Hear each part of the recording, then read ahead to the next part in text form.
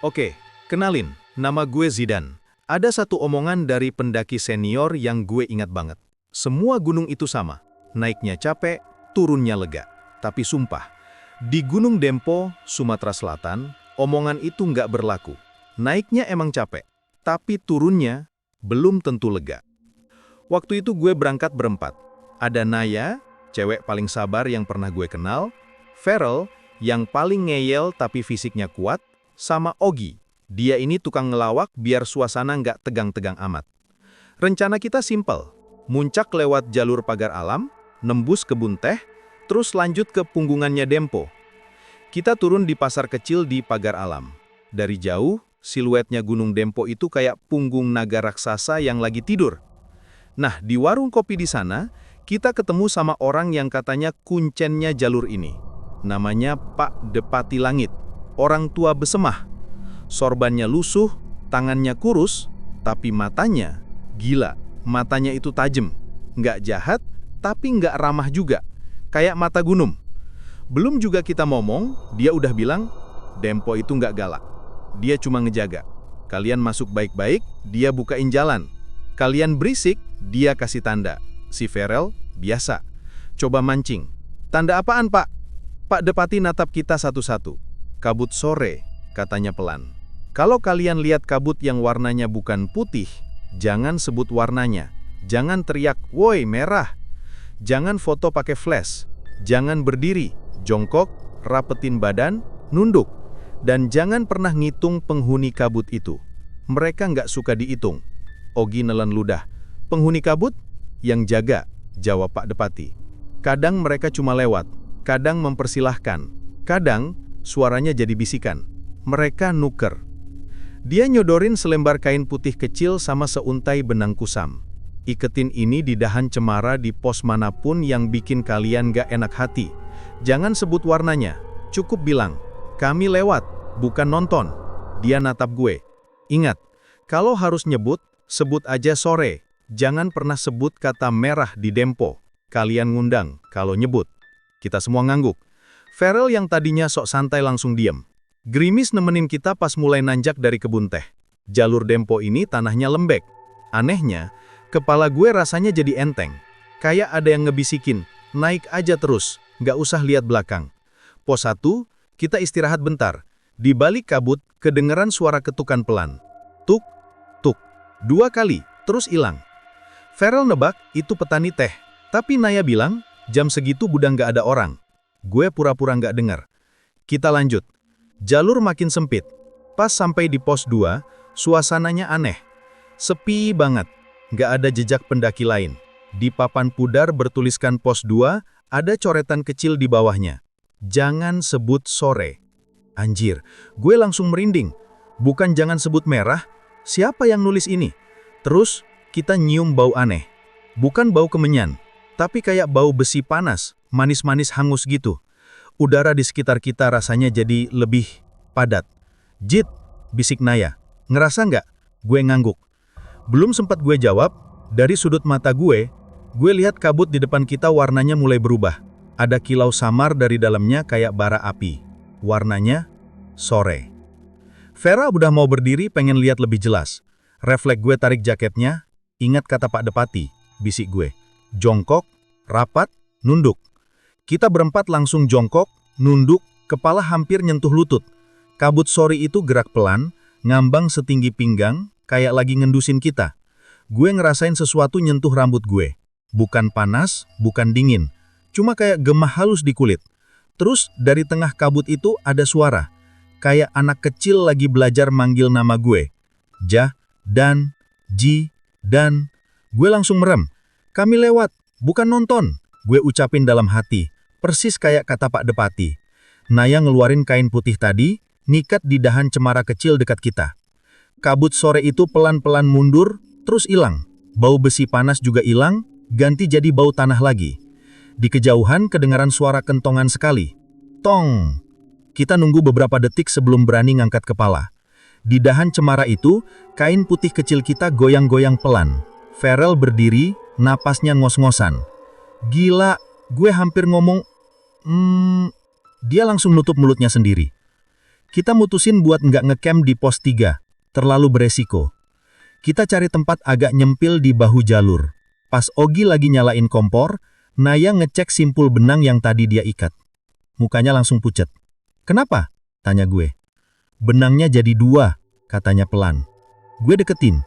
Bener, ada 2 benang kusam di dahan itu. Satunya simpul Naya, rapih. Satunya lagi, kendor. Kayak diikat asal-asalan sama tangan yang nggak biasa. Dan di ujungnya, ada cairan bening nempel. Gue mundur. "Jit," panggil Naya. Gue nggak langsung jawab. Karena dari arah pos 3, kabut itu datang lagi. Lebih rendah, lebih padat, lebih sore. Dan dari dalamnya, nama gue dipanggil lagi. Bukan kayak anak kecil, tapi kayak lagi dicicipi. Ji, dan... Oke, jadi kita pasang tenda bukan di pos 3 yang lapang, tapi nyempil di bahu jalur, nempel ke dinding tanah. Biar lebih aman, pikir kita. Naya mastiin pasak, Farel nambahin tali. Ogi, seperti biasa, jadi koki. Bau mie instan dan kopi jadi satu-satunya hal normal malam itu. Gue sempetin ngecek lagi dahan cemara tempat kain putih kita. Bener, 2 simpul masih di sana. Satu rapih punya Naya, satu lagi kendor, entah punya siapa. Benang kendor itu gerak-gerak dikit, kayak ditiup napas. "Zit, makan dulu." Ogi nyodarin gelas panas. "Kita ulang aturannya," kata Naya pelan. "Sebut sore, bukan warnanya. Jongkok kalau itu lewat. Jangan hitung apapun di dalam kabut. Dan jangan sorot pakai lampu terang." Farel ngangguk. "Kalau besok kita terpaksa lewat lapang?" "Kita bukan penonton," jawab gue. Ngurang omongan Pak Depati. Malam itu kita jaga gantian. Naya pertama. Gue coba tidur tapi nggak bisa. Dari luar gue dengar dengungan rendah. Kayak ada yang niup leher botol. Terus ketukan, tuk, tuk, di udara depan tenda. Menyusul 3 ketukan kecil kayak ada yang lagi ngadsen tanpa angka. "Naya?" bisik gue. "Dengar," jawabnya. Pelan banget. "Bukan kita yang ngitung. Dia yang lagi ngitung." Anjir. Gue langsung nahan napas. Nggak lama, dari bau besi manis itu, gue tahu, sore itu lagi lewat. Kain tenda kita kayak ditekan pelan dari luar. Di tengah-tengahnya, ada suara nyoba manggil. "Nah, ya." Hampir bener. Gue lihat Naya gigit ujung buffnya. Diem. Giliran gue jaga. Naya ngasih pundi kecil dari Pak Depati. "Kalau badan rasanya enteng aneh, tabur garam," pesennya. Bukan buat ngusir, buat ngasih berat ke kaki kita. Gue duduk di pintu tenda, senter ngarah ke tanah. 1 jam aman. Gue liatin dahan cemara itu, dan benang kendor yang aneh itu gerak. Nggak kena angin, tapi kayak dikencengin pelan-pelan sama tangan gaib. Gue taburin garam dikit di bawahnya. "Permisi, kami lewat bukan nonton." Benangnya langsung diem. Dari jauh, kentongan bunyi sekali. Tong. Pas giliran Farel, dari tenda sebelah, tenda Farel sama Ogi, kedengaran suara Farel manggil pelan. "Zit, ambilin air." Gue langsung tegang. Soalnya Farel lagi duduk di depan tenda gue, jaga bareng gue. Matanya natap gue, waspada. Bukan dia yang ngomong. "Jangan dijawab," bisik Naya dari dalam. "Itu bukan minta tolong. Itu minta pintu dibuka." Suara itu ngulang lagi, lebih jelas. "Zidan, air." Kita diam. Farel gigit buffnya. Pas giliran Ogi, tawa pendek yang tadi sore kita dengar, muncul lagi, dari arah pos 3. Bau besi manis langsung nusuk hidung. Sore itu datang lagi. "Jongkok," perintah Naya. Kita semua langsung jongkok di dalam tenda, nunduk. Kali ini bukan nama, tapi hitungan. 4 ketukan, pelan, rapi. Di udara di atas tenda kita. Tuk, tuk, tuk, tuk. Farel sempat ngangkat kepala dikit. Langsung ditekan lagi sama Naya. "Biarin dia puas sama hitungannya," bisiknya. Ketukannya berhenti. Pas itu, Ogi, mungkin karena nahan napas, hampir bersin. Yang keluar cuma, sepatah kata yang awalnya mirip sama kata terlarang itu. Seketika, udara di depan tenda rasanya jadi padat banget. Sore itu kayak noleh. Garam, bisik Naya. Gue langsung naburin garam di palang pintu tenda. Ogi udah gigit Buff sampai mau sobek. Sore itu muter sekali, terus mundur pelan ke arah pos 3. Pagi datang dengan ragu-ragu. Kita putusin buat turun dikit ke pos 4, baru mikir lagi. Pas kita ngelewatin lapang deket papan pos 3, kabut sore itu nggak datang kayak selimut, tapi kayak benang-benang tipis, ngejuntai dari dahan-dahan pohon. Kita jalan nunduk, ngelewatin bawahnya. Hampir berhasil. Sampai si Farel yang tadi paling tegang, ngelakuin satu hal bodoh. Dia ngangkat kamera sakunya, bukan buat moto pakai flash, cuma diangkat. Tapi lensa kamera itu mantulin cahaya sore tadi kayak mata kecil. Dan sesuatu natap balik dari dalam lensa. Farel membeku. Zit, suaranya hancur. Di lensa ini ada muka. Jangan sebut warnanya, potong Naya. Tapi udah telat. Dari dalam kamera itu, keluar suara lirih, ngeja nama kita satu-satu. Kayak lagi dimakan pelan-pelan. Nah, ya, Zi, dan, Fa, Rel, O, Gi. Badan gue rasanya langsung enteng, mau ngambang. Jongkok, teriak gue. Kita semua langsung nunduk. Naya ngeraih kamera itu, ngebalikin lensanya ke tanah. Jangan diambil lagi, katanya. Biarin jadi milik tanah. Kamera bisa dibeli. Nama kita enggak. Farel enggak protes. Dia cuma gigit buffnya. Kita mundur pelan-pelan, ninggalin kamera itu. Di belokan menuju pos 4, kita berhenti. Farel nunduk, bibirnya gerak-gerak tanpa suara. Dia lagi ngitung dalam hati. 1, 2, 3, 4. Terus dia berhenti, mukanya bingung. Kenapa? Tanya Naya. Farel nelen ludah. Barusan, habis 4, mulut gue hampir bilang 5. Iya, karena sore tadi udah ngitung kita sampai 4, dan dia nungguin angka berikutnya. Oke, pagi itu kita akhirnya sampai di pos 4. Jalurnya lebih lega, dikelilingin kebun teh. Sumpah, itu pertama kalinya sejak semalam gue ngerasa bisa napas beneran. Di situ ada pondok kecil dan ada bapak-bapak lagi duduk. Namanya Pak Jaya. Katanya dulu dia juga pendaki. Dari mana? Sapanya Rama. Dari atas, Pak, jawab gue. Dia ngangguk. Dari tadi malam saya lihat ada cahaya kecil di atas. Saya kira sore kalian bakal panjang. Anjir. Jantung gue langsung deg-degan. Dia nyebut kata itu, sore, tapi nadanya beda. Kayak ngunci. Pak Jaya cerita dia pernah lihat sendiri kabut merah itu 20 tahun yang lalu. Sejak saat itu, dia berhenti total mendaki. Kalau kabutnya putih, itu biasa. Kalau abu-abu, hati-hati, katanya. Tapi kalau udah merah, jangan diliatin lama-lama. Itu bukan kabut. Itu pintu buat mereka keluar. Dia juga ngasih pesan terakhir. Kalau nanti di deket kawah, langitnya aneh, jangan sebut warnanya. Dan jangan ngetawain suara yang niru-niru. Kalau kalian ketawa, itu artinya kalian setuju buat tukar tempat. Kita lanjut nanjak. Jalurnya lebih terang, nggak serapat kemarin. Tapi anehnya, kita jadi lebih sering ngitung langkah dalam hati. Mungkin sisa-sisa takut semalam. Farel sempat ngeluh. Kenapa sih kita jadi aneh gini? Napas saja mesti takut. Karena bukan cuma napas kita yang didengar di sini, saut Naya dingin. Menjelang siang, kabut datang lagi. Cepet banget. Awalnya putih biasa. Terus warnanya berubah. Jadi pink, terus makin pekat, jadi merah darah. Kita semua langsung berhenti. Si Ogi saking kagetnya, dia dongak ke atas. Mulutnya kebuka. Terus dia teriak, "Anjir, langitnya merah bro!" Plak, Naya nampar bahu Ogi kenceng banget. "Diam!" Tapi udah telat. Kata itu udah keluar. Seketika, suasana jadi hening. Sumpah, hening yang paling serem yang pernah gue rasain. Semua suara burung, suara angin, hilang. Terus, kabut merah itu muter di atas kepala kita, turun pelan-pelan, dan dari dalamnya keluar suara. Niruin suara Ogi barusan. Persis.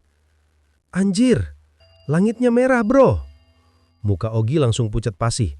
Itu suara gue. Farel nelen lubah. Kita balik aja apa ya? Kabut merah itu makin deket. Suara-suara lain muncul, niruin omongan kita yang udah-udah. Diam, suara Naya. Kita 4, suara gue. Biar ku cek, suara Farel. Semuanya diputar ulang, tapi di ujungnya selalu ada suara tawa kecil yang ngejek. Jangan ditanggepin, kata gue, suara gue sendiri getar. Kita coba jalan cepet ke arah batu gede buat neduh. Tapi langkah rasanya berat banget, kayak ada yang nahan ransel dari belakang. Kabut merah itu nyentuh kulit, rasanya kayak asap panas. Badan gue rasanya jadi enteng aneh kayak mau diangkat. Naya langsung naburin sisa garam terakhir kita, ngegambar garis di tanah. Garam habis, bisiknya panik. Kita harus sampai kawah sebelum malam. Kalau enggak, kita ditukar. Kita akhirnya sampai di pos 5, dekat kawah. Tapi kabut merah itu ngepung kita dari belakang. Kita diriin tenda darurat, cuma buat ngumpat. Ogi masih gemeteran. Gimana gue bisa ngomong kata itu tadi? Katanya putus asa. Karena itu cara mereka masuk, jawab Naya tajam. Mereka bikin lidah lu kepleset.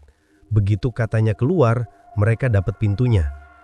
Malam itu, kabut merah nggak pergi, malah makin tebel, kayak nungguin sesuatu. Dan suara-suara yang niruin kita nggak berhenti.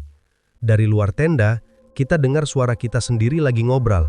Zid, bukain pintunya. Rel, keluar bentar. Nay, sini ikut aku. Padahal kita berempat duduk rapet di dalam tenda. Nggak ada yang berani gerak. Farel megang parang kecilnya, matanya udah mau keluar. Kalau kayak gini terus, kita bisa gila sebelum pagi. Gue nelen ludah. Mungkin emang itu yang mereka mau. Naya megang pundi garamnya yang udah kosong. Besok, kita harus ke kawah. Kalau kabut merah ini pintunya, mungkin kawah itu mulutnya. Kita harus tahu atau kita ditelan di sini. Kita semua diam. Dan dari luar, untuk pertama kalinya, suara itu nggak niruin kita lagi. Dia bikin kalimat sendiri, pakai suara Ogi. Kalau kalian nggak mau keluar, biar aku yang masuk. Oke, subuh di pos 5 itu aneh. Nggak ada bau embun pagi. Yang ada cuma bau besi kebakar yang manis itu nempel di mulut. Kabut sore yang ngepung kita semalaman ternyata nggak pergi. Dia nempel di semak-semak, ngegambar garis di batu, kayak lampion merah yang lupa dimatiin. Sekarang atau nggak sama sekali, kata Naya. Suaranya pelan tapi tegas. Tanjakan ke kawah paling cuma 30 menit. Kita jalan rapat, jongkok kalau lewat, jangan sebut, ya lu tau lah. Farel ngencengin tali sepatu. Ogi masang muka berani tapi kelihatan banget itu cuma topeng. Kita berdiri, ngerapet, terus mulai nanjak. Tanjakan ini bener-bener nguras tenaga. Batu-batunya hitam, licin. Makin dekat ke kawah, makin jelas kedengaran suara hembusan. Bukan angin, tapi kayak ada sesuatu yang lagi napas, tapi nggak pakai paru-paru. Zid, bisik Ogi di belakang gue. Kalau nanti kita harus lari, lari kemana? Ke atas, jawab Naya cepet. Di sini, lari ke bawah itu artinya masuk. Masuk kemana? Tanya Farel. Ke mulut, jawab gue tanpa mikir. Pas kita sampai di bibir tanjakan terakhir, kabut sedikit kebuka.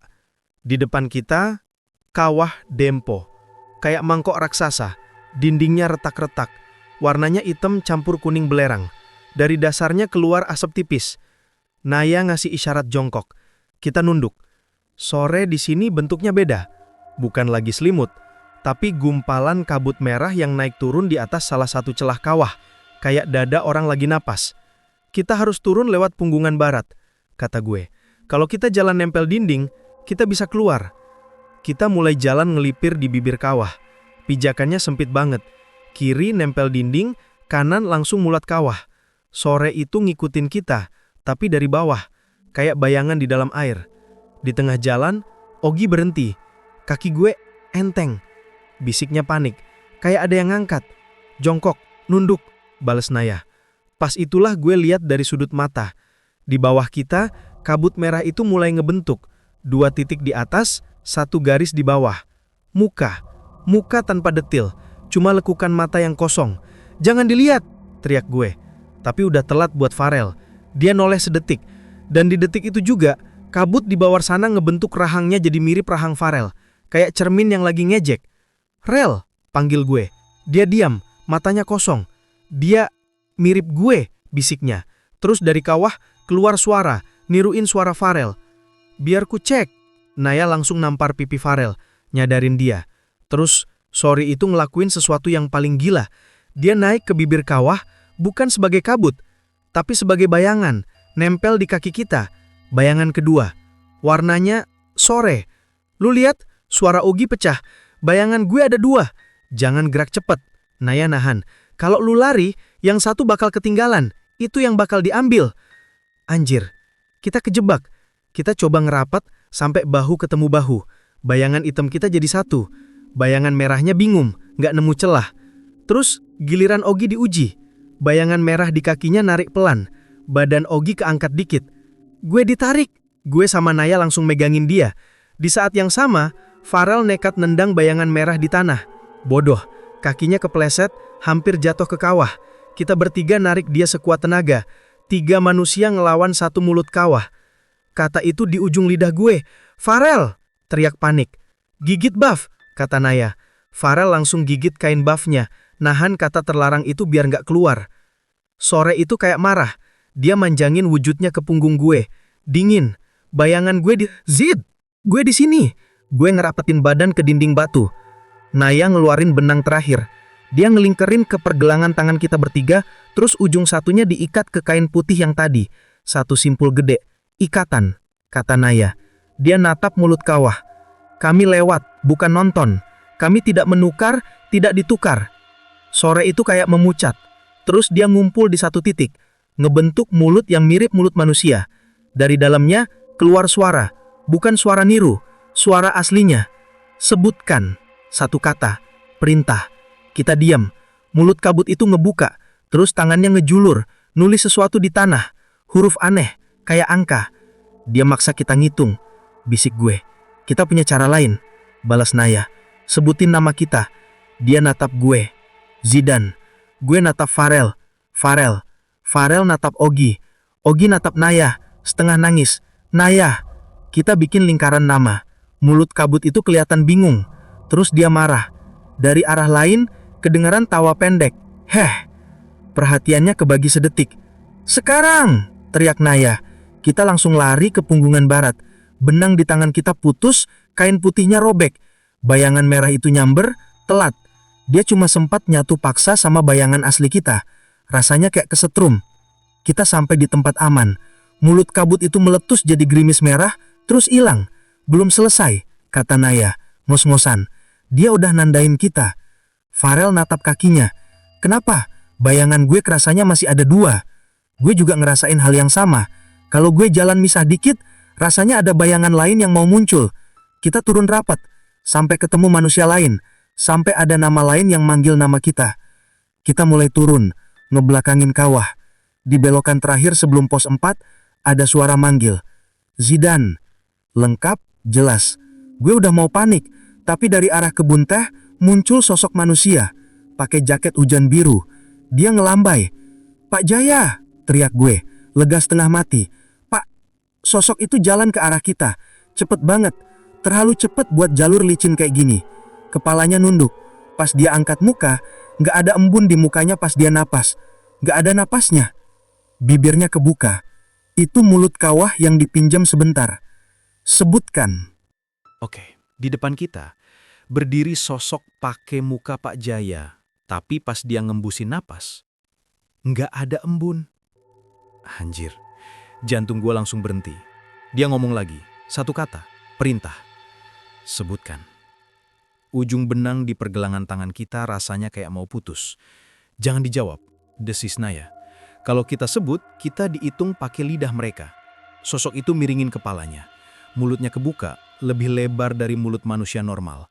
Bau besi manis langsung nusuk hidung. Dari semak-semak, kedengaran lagi tawa pendek itu. Heh. Napas, kata Naya. Hampir tanpa suara. Bukan angka, nama.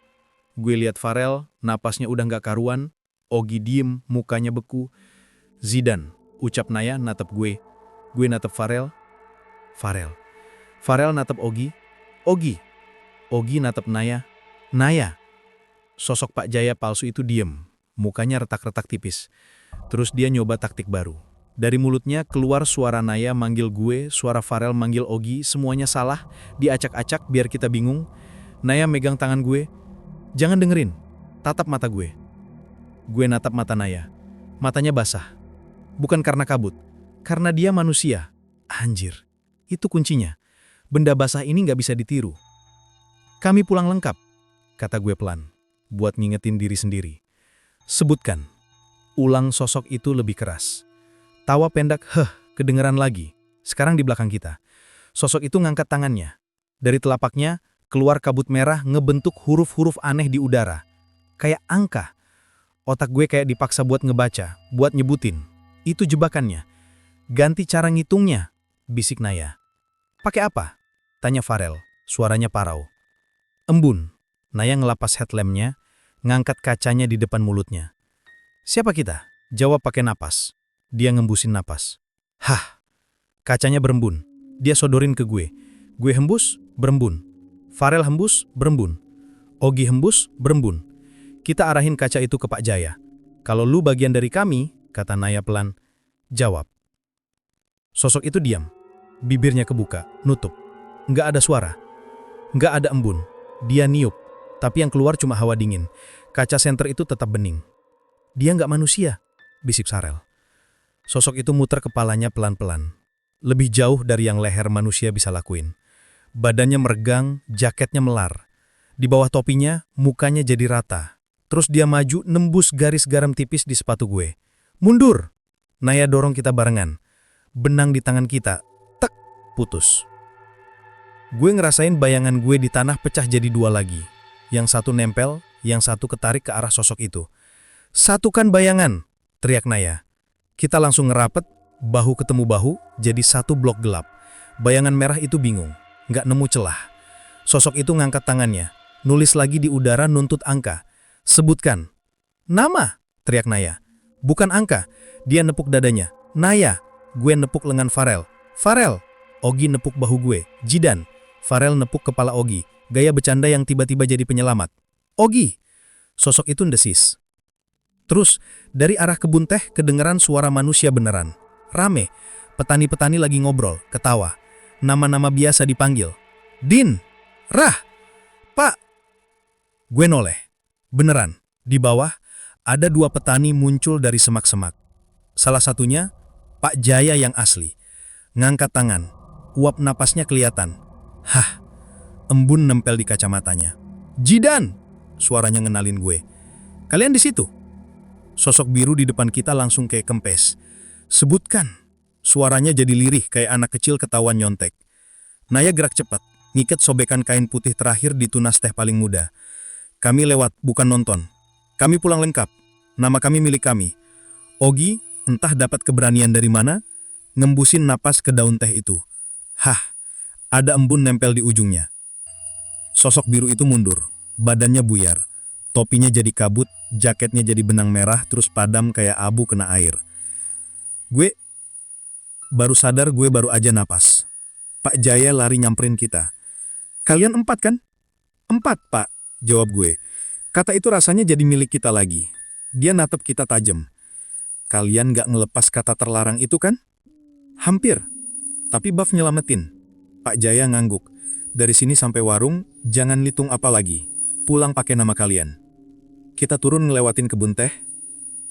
Sore itu cuma jadi selendang tipis di pucuk-pucuk daun. Malu deketin suara manusia. Di warung kopi, Pak Jaya nyeduh teh. Naik berapa? Tanyanya lagi, mastiin. Gue natap teman-teman gue. Muka-muka capek yang masih utuh. 4, Pak. Dia narik napas. Ngeliatin uap teh yang jujur itu. Pulang berapa? 4. Dia ngangguk. Ingat Jit, katanya ke gue. Embun itu lebih jujur daripada kata-kata. Dan nama lebih kuat daripada angka. Sampai sekarang, jauh dari Munung, kadang-kadang kalau lagi malam-malam, gue masih suka denger tawa pendek itu. Kalau gue denger, gue nggak panik. Gue cuma jalan ke jendela, gue hembusin napas ke kaca. Nunggu embun yang jujur itu ngejawab. Terus gue tulis 4 nama pakai jari. Bukan angka. Zidan, Naya, Farel, Ogi. Bukan buat dihitung, tapi buat diingat. Bagaimana menurut teman-teman tentang cerita ini? Silakan komen di kolom komentar. Terima kasih buat kalian semua yang sudah mendengarkan cerita ini sampai habis. Semoga kalian semua sehat selalu, panjang umur dan bahagia selalu. Saya mohon maaf jika ada kesalahan kata, saya pamit undur diri. Wassalamualaikum warahmatullahi wabarakatuh.